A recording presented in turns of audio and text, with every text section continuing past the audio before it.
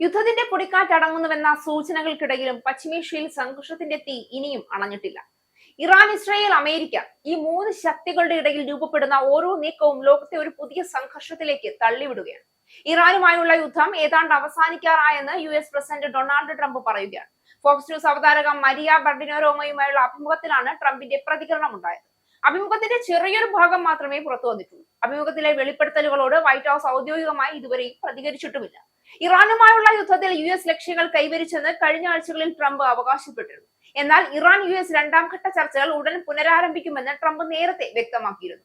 ഈ ആഴ്ച അവസാനം ചർച്ചയ്ക്കായി ഇരു വിഭാഗത്തു നിന്നും നേതാക്കൾ ഇസ്ലാമാബാദിലേക്ക് തിരിക്കുമെന്നാണ് വിവരം.